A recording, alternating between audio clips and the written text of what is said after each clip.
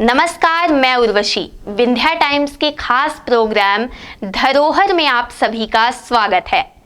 एक तोप ऐसी भी है जिसे महान संगीतज्ञ तानसेन के बदले सम्राट अकबर ने रीवा रियासत के महाराज रामचंद्र जूदेव को भेंट की थी। ये है बघेल साम्राज्य के 400 वर्षों की रियासत। जोधपुर से आकर महाराज व्याघ्रदेव सिंह ने यहाँ बघेल वंश का साम्राज्य स्थापित किया।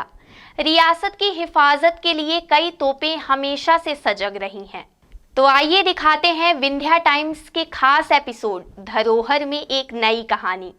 लेकिन उससे पहले आपको सुनाते हैं डॉक्टर अखिलेश शुक्ला के द्वारा तानसेन के बारे में क्या कहा गया है। संगीत सम्राट तानसेन, क्या है इनका इतिहास, कैसे हुआ? आपने आज वास्तव में रीवा की जो धरती है वो असाधारण गुणों से युक्त है, जिसके प्रत्यक्ष प्रमाण हमारे संगीत सम्राट तानसेन जी रहे हैं। रीवा के नरेश महाराजा रामचंद्र के शासनकाल में विक्रमी संवत 1612 में संगीत सम्राट तानसेन रीवा राज्य के दरबार में मुख्य गायक के रूप में यहाँ वो रहे हैं। तानसेन जी ग्वालियर नरेश महाराजा मानसिंह तोमर के सत्तावसान के पश्चात रीवा नरेश महाराजा मानसिंह तोमर के यहाँ से रीवा राज्य में आए थे। रीवा में रह के तानसेन जी ने संगीत की कई अजेय काल रचनाओं की रचना की, जिसमें मुख्य रूप से संगीत सार, रागमाला तथा गणेश श्रोत प्रमुख रूप से उल्लेखनीय है। इनके शिष्यों का अगर हम नाम लें तो राम सिंह जी, मल्हार गायन की अंतर्राष्ट्रीय विदुषी इनके शिष्या तानी का नाम हम बिल्कुल नहीं भूल सकते हैं। और यहां से विक्रमी संवत 1641 में सम्राट अकबर के विशेष आग्रह पर रीवा राज्य से उन्हें आगरा भेजा गया था।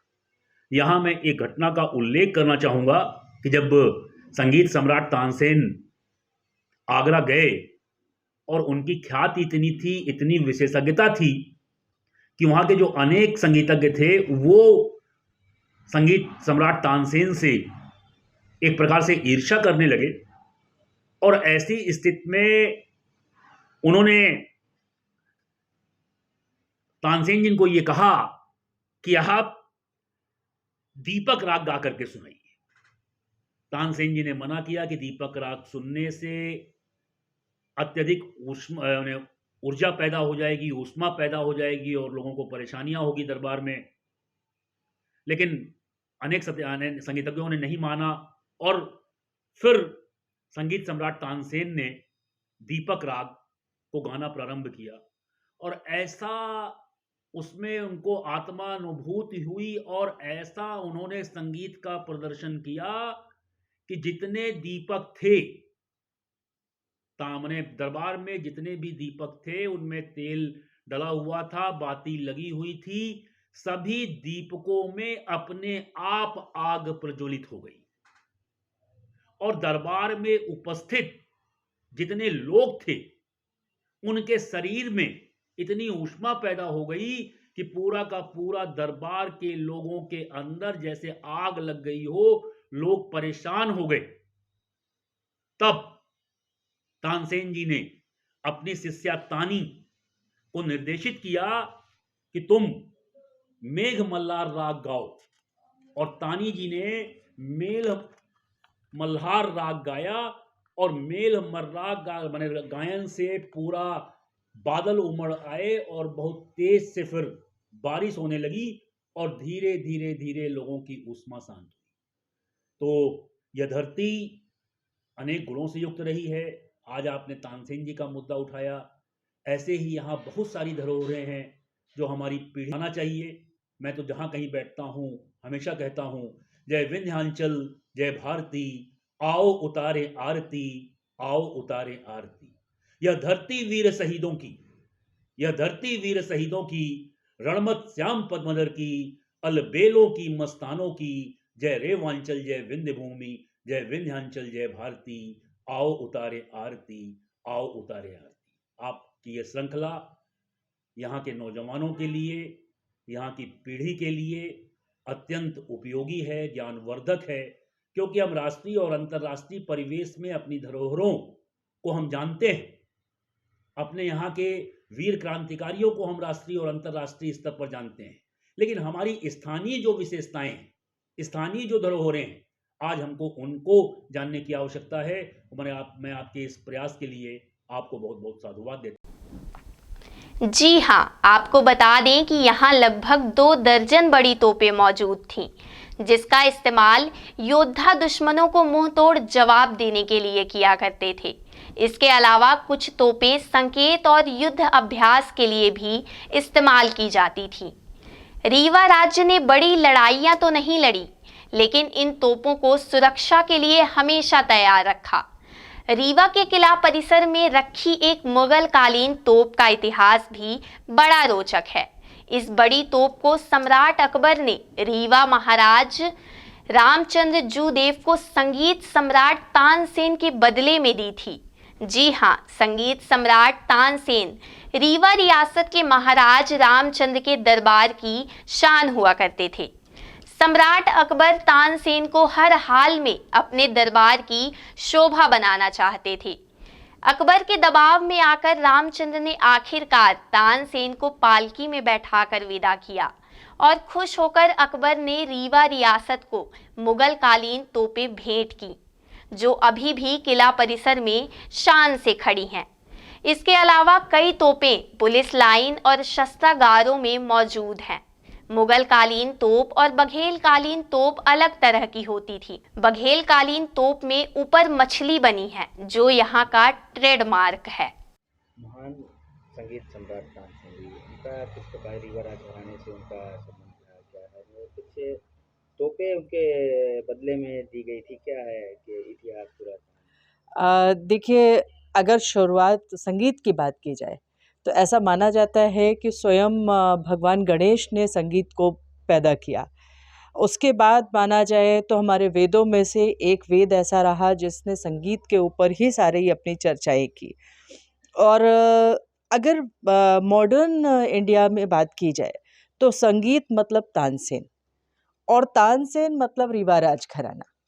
उनकी शिक्षा दीक्षा ग्वालियर में हुई, और ग्वालियर से होने के बाद जब वो पराश्रय ढूंढ रहे थे, क्योंकि उस ज़माने में किसी बड़े व्यक्ति का पराश्रय बहुत ज़रूरी होता है, तो महाराज राम सिंह जूदेव जो बघेल वंश के शासक थे और उस वक्त बांधवगढ़ से राज्य कर रहे थे, उन्होंने उनकी कला को परखा और परख करके पराश्रय दिया।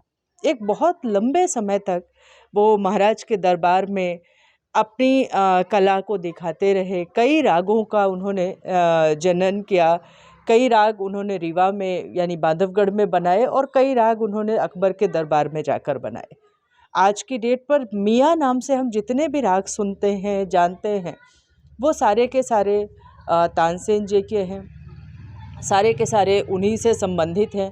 यहाँ पर बांधवगढ़ में एक पालकी है जिस पे बिठाकर महाराज ने तानसेन को रीवा का राज्य क्रॉस कराया था। तो आप उनकी अहमियत या उनका कितना जुड़ाव था महाराज से, ये इस बात से समझ सकते हैं। स्वयं जो तानसेन थे, उन्होंने कभी भी अकबर को दाहिने हाथ से सलाम नहीं किया, हमेशा बाएं हाथ से सलाम किया, ये कहते हुए कि हमारा दायां हाथ तो हम महाराज को समर्पित कर कर आए हैं और वो समर्पण हम कभी नहीं छोड़ सकते हैं। जहाँ तक है अकबर की बात है तो उन्होंने रीवा राजघराने को मनसबदारी दी। उन्होंने राम प्रसाद नाम की एक तोप दी जो किले में स्थित है। उन्होंने कुछ हाथी और कुछ घोड़े भी दिए और बांदा का कुछ परगना भी दिया। तो इस तरीके से तानसेन का यहाँ से जाना, मुग़ल जो उस वक्त बहुत ताकतवर थे, लगभग पूरे रीवा में, पूरे भारत में अपना राज्य चला रहे थे, और रीवा राजघराना जो भी अपने आप में इस क्षेत्र के लिए बहुत ताकतवर था, और ताकतवर से ज़्यादा जनता से जुड़ा हुआ घराना था, लोगों से, कला से, विद्या से जुड़ा हुआ, लेखनी से जुड़ा हुआ घराना था। और ऐसे में एक बहुत बड़े शासन का सपोर्ट मिलना और उनकी नज़रों में इतना ऊंचा उठना इनके लिए भी बहुत लाभदायक रहा। इतना लाभदायक कि अकबर ने एक सिक्का छपवाया था जो उर्दू में था, पर हिंदी में उसका अर्थ होता था कि अगर किसी का यश बढ़े तो बांधवगढ़ के किले के बराबर बढ़े। तो आप ये समझ सकते हैं कि तानसेन के कारण रीवा राजघराने के महाराजाओं के बाकी और योगदान या उनके प्रति जो अकबर का सम्मान है वो इन लाइनों से झलकता है। ये देखा जाए कितने वर्ष पुरानी ये घटनाएं हैं? ये लगभग मेरे ख्याल से होनी चाहिए 450-500 साल पुरानी घटना, 500 साल के करीब होनी चाहिए। एग्जैक्ट डेट तो मुझे अभी याद नहीं है, पर लगभग 450-500 साल पुरानी होनी चाहिए। तोप की क्या खासियत थी वहाँ? खासियत ये थी कि पहली बात तो हमारे महाराज थे राम सिंह जूदेव, बांधवेश महाराजा राम सिंह जूदेव। तो जब वो रामचंद्र सिंह जूदेव के नाम पर वो तोप बनाई गई, तो ये सबसे बड़ी खासियत थी। दूसरी खासियत थी कि अकबर ने स्वयं उन्हें बुलाकर सम्मान के साथ वो प्रेजेंट करी, तो ये बड़ी खासियत थी। और उसका कनेक्शन तानसेन से है, वो एक सबूत है हमारे लिए।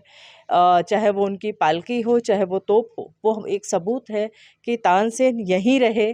तानसेन का पूरा जो उनका कला का उभार है वो यहाँ हुआ, और महाराज ने उसमें कितनी योगदान दिया ये उसका सबूत है। ऐसा क्या था कि अकबर ने महाराज साहब से तानसेन जी को मांगा? अकबर उस समय अपने 9 रत्नों की खोज पर थे, और उनको जहाँ जो दिखा कि ये इतना इम्पोर्टेंट हो सकता है या हमारे उन नवरत्नों के लिए फिट हो सकता है, तो वहाँ से उन्होंने वो मांगा। किसी को लड़कर लिया, किसी को प्यार से लिया, पर लिया। हमारे महाराज भी उस समय जो थे रामचंद्र सिंह जूदेव जी, वो भी लड़ने के लिए तैयार थे। लेकिन तानसेन, जैसे मैंने पहले भी कहा कि कला अपने आप में बड़ी अद्भुत होती है, कला कभी भी लड़ाइयाँ नहीं चाहती है। तो स्वयं तानसेन जी ने ये महाराज से रिक्वेस्ट करा कि महाराज मैं तो आपका ही हूँ, लेकिन मेरे कारण, मेरे तुच्छ व्यक्ति के कारण जनता का नुकसान नहीं होना चाहिए, सो आप मुझे जाने दीजिए, मैं हमेशा के लिए आपका हूँ। मतलब कहा जाए कि अकबर की 9 रत्नों में से एक हैं। बिल्कुल है, और इम्पोर्टेंट नवरत्नों। जब आप इतिहास की किताबें उठाकर देखेंगे तो जो उनके नवरत्न हैं उसमें दूसरे या तीसरे नंबर पर तानसेन का नाम आता है, तो बहुत बड़े नवरत्नों में से एक है। राजघराने की इन तोपों में कुछ रोचक तथ्य भी हैं। रीवा के म्यूजियम में रखी कुछ ऐतिहासिक तोपें, इसमें से टाइमर तोप और कुछ छोटी तोप हैं जो सूरज की किरणों को पढ़कर अपने निश्चित समय में चलती थीं। इससे समय का आभास होता था। और कुछ तोपें जो बिल्कुल छोटी हैं, उससे राजघराने के बच्चे खेला करते थे। इसमें गन पाउडर का इस्तेमाल किया जाता था। इसके अलावा कुछ अन्य तोपें हैं जिससे नए नए सैनिकों को सिखाया जाता था, ताकि ये सैनिक युद्ध में कुशलतापूर्वक शस्त्रों का इस्तेमाल कर सकें। रीवा से मनीष दाहिया की रिपोर्ट।